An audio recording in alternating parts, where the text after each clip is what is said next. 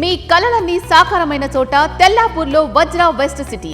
ORR exit 2కి 2, financial district కి 10 నిమిషాల దూరంలో. 17 ఎకరాల్లో 78% ఓపెన్ స్పేస్, 38 ఫ్లోర్లు, 6 టవర్లు, 2.5, 3, 4 బెడ్రూమ్ ఫ్లాట్స్. కావలసినంత greenery, mega club house, roof top pool. Complete family life కోసం మీ ఫ్లాట్ ఈ రోజే బుక్ చేయండి. Contact number 9589587379. Vajra for better living. Sir, రాబోయే 2 ఏళ్లలో ప్రపంచ ఆర్థిక పరిస్థితి, ముఖ్యంగా భారతదేశ ఆర్థిక పరిస్థితి అతలాకుతలం అవుతుందని చెప్పి అనేక సర్వేలు చెప్తున్నాయి. అనేక ఇంటర్నేషనల్ జర్నల్స్ కూడా అదే పనిగా చెప్తూ ఉన్నాయి. రాబోయేటువంటి రోజుల్లో ప్రపంచంలో ఆర్థిక సంక్షోభం తప్పేలా లేదు అనేటువంటిది ఒక వార్నింగ్. పొదుపు మంత్రం మాత్రమే ఖచ్చితంగా ఈ టైంలో పనికొస్తుంది. ఎందుకంటే ఒక పక్కన వేలాదిగా ఉద్యోగాలను ఐటీ కంపెనీలు తీసేస్తున్నాయి, రియల్ ఎస్టేట్ కూడా అంతంత మాత్రంగానే ఉంది. ఈ క్రమంలో ఆర్థిక సంక్షోభం నుంచి గట్టెక్కాలి అంటే ప్రజలు ఎలాంటి చిట్కాలు పాటించాలి? పొదుపుతో పాటు ఇంకేదన్నా మీరేమైనా చెప్పగలరా? ఆర్థిక సర్వేలో భారతదేశ ఆర్థిక వ్యవస్థ బ్రహ్మాండంగా ఉంది. అంతర్జాతీయంగా కూడా ఒడిదుడుకులున్నా కూడా ఇండియన్ ఎకానమీ బ్రహ్మాండంగా పర్ఫామ్ చేస్తుంది. జీడిపి గ్రోత్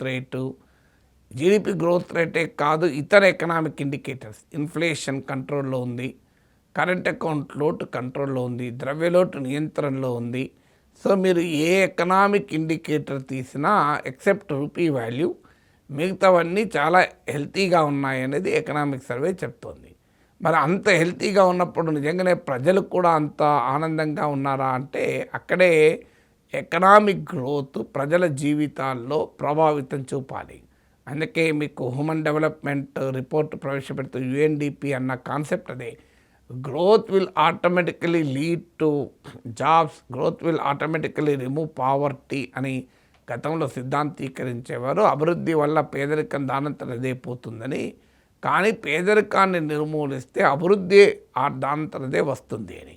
అంటే development from top or development from below అని ఎకనామిక్స్లో అదొక పెద్ద సిద్ధాంతం, పర్కలేషన్ థియరీ. అంటే అధిక వృద్ధి సాధిస్తే దాని ఫలితాలు కిందికి ఆటోమేటిక్గా వస్తాయని.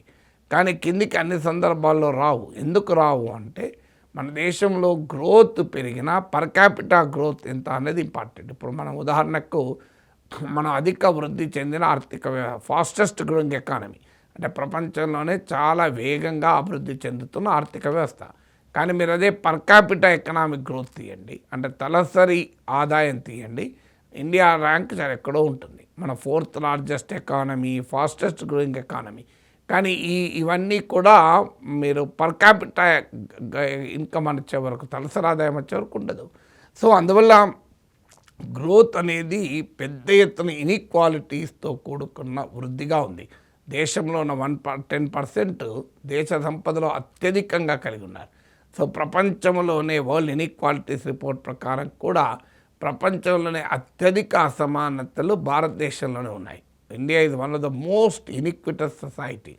ఈ అసమానతలు రోజు రోజుకు కూడా పెరుగుతున్నాయి. అందువల్ల వృద్ధి సాధించామంటేనే సరిపోదు, సంపద సృష్టించబడ్డామంటేనే సరిపోదు. ఆ వృద్ధి ఎవరి చేతుల్లో కేంద్రీకృతం అవుతుంది, అది డిస్ట్రిబ్యూటివ్ గ్రోత్గా ఉందా లేదా అనేది ఇంపార్టెంట్. అందులో ఇప్పుడు ప్రస్తుతం జరుగుతున్న వృద్ధి మీరు ఉద్యోగాల్ని, మెరుగైనటువంటి ఉపాధి అవకాశాలను సృష్టించలేకపోతుంది.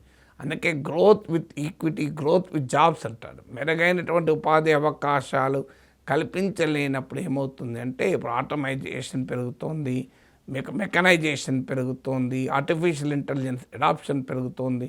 దీనివల్ల కంపెనీలకు లాభాలు వస్తాయి, కానీ ప్రజలకు ఉద్యోగాలు రావు. అందుకే ఇలాన్ మస్క్ లాంటి రైట్ వింగ్ థింకింగ్ ఉన్నతను కూడా మీరు ఏ యూజర్స్ పైన ప్రత్యేకమైన ట్యాక్స్ విధించాలి అని సలహా ఇచ్చాడు. బిల్ గేట్స్ లాంటి వాళ్ళు కూడా రోబోట్ల పైన ట్యాక్స్ ఇవ్వాలి, ఎందుకంటే రోబోట్స్ను ఉపయోగించి మనుషులను తొలగిస్తున్నారు కనుక, రోబోట్ల వల్ల ఆదాయం పెంచుకుంటున్నారు కనుక రోబోటిక్ ట్యాక్స్ కూడా విధించాలని బిల్ గేట్సే ప్రతిపాదించాడు. ఈవెన్ ఇటీవల దావోస్లో జరిగిన సమావేశంలో కూడా ప్రపంచ సూపర్ రిచ్, మా దగ్గర అడ్డగోలుగా సంపద మునిగిపోయి ఉంది, మీరు దాన్ని పన్నులు వేయండి అని కూడా పిలిపించారు. అందువల్ల అభివృద్ధి ఉంటే సరిపోదు, ఆ అభివృద్ధి ఉపాధి అవకాశాలు కల్పించాలి, అది అన్ని రంగాల్లోనూ స్ప్రెడ్ అయి ఉండాలి. ఇప్పుడు మన దేశంలో 14% ఆఫ్ నేషనల్ ఇన్కమ్ అగ్రికల్చర్ నుంచి వస్తుంది. కానీ nearly 50% of work force agriculture పైన ఆధారపడుతున్నారు.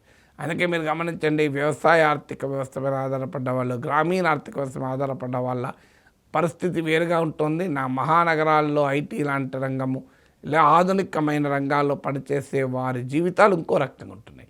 దీనికి కారణం ఏంటంటే ఎకానమిక్ గ్రోత్లో కూడా రంగాల వారీగా తీవ్రమైన అసమానతలు ఉన్నాయి. అందువల్ల growth with jobs, growth with equity, growth with human face కీలకం. కేవలం జీడిపి పెరిగిందంటే సరిపోదు. జీడిపి క్యాలిక్యులేషన్లో కూడా చాలా ప్రశ్నలు ఉన్నాయి. ఈవెన్ ఐఎంఎఫ్ లాంటివి కూడా ఇండియాలో జీడిపి క్యాలిక్యులేషన్ ప్రశ్నించేది. ఇప్పుడు ఐఎంఎఫ్ 6.4% ఉంటుంది అని ప్రకటించింది. వరల్డ్ బ్యాంక్ 6.5% ఉంది. ఎకనామిక్ సర్వే మరింత ఎక్కువ వృద్ధి రేటు ఉంటుందని చెప్తుంది. కానీ ఆ వృద్ధి రేటును లెక్కగట్టే విధానాల్ని కూడా చాలామంది ఎకానమిస్టులు ప్రశ్నిస్తున్నారు.